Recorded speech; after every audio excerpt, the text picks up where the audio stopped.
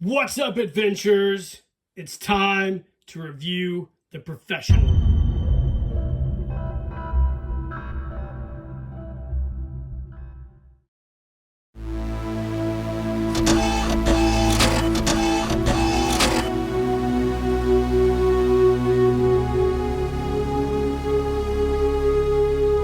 Keep living the adventure. Axis of Awesome. What is up, adventurers? Welcome to another Reviews Day. Today, we're going to be reviewing this Skynet Golgo 13, the Professional 1/6 scale figure. Now, this is from the late 90s, and it is based on, I believe, the longest running manga like newspaper cartoon series in Japanese history, maybe the world history, and that is The Professional Golgo 13, his alias of many that we all know him by, Duke Togo. I have been a fan of this figure and this line and this anime for a long time.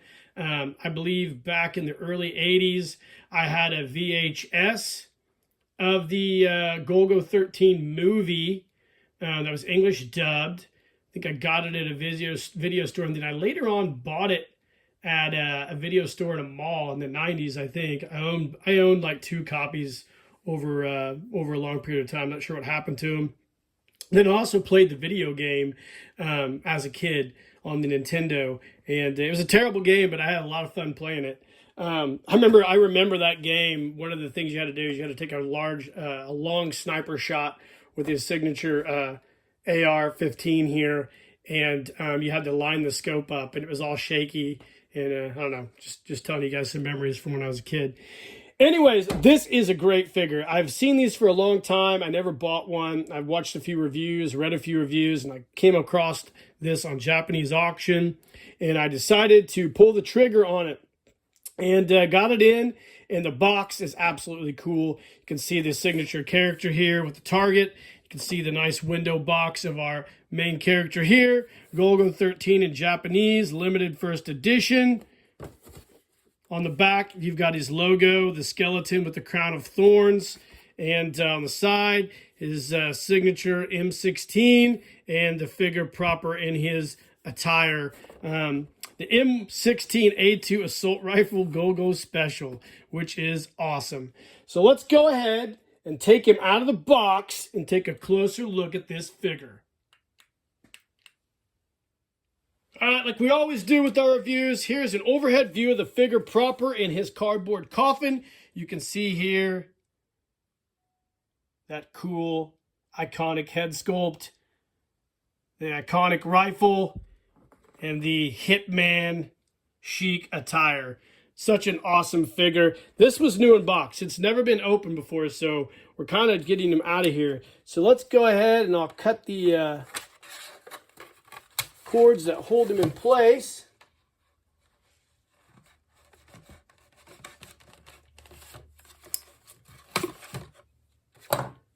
And here you have it. Golgo 13 in the flesh. Guys, let's pause the video and take a closer look at this detailed, cool figure. Hi, gang, welcome back. So here is our Golgo 13 figure out of the box. He is a true 1/6 scale figure.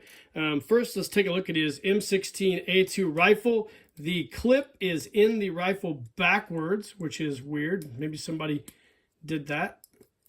There you go. Straighten that out. It's got its cool, I'm assuming, Leupold or Nikon scope on the rifle. And it's just a really tricked out M16A2.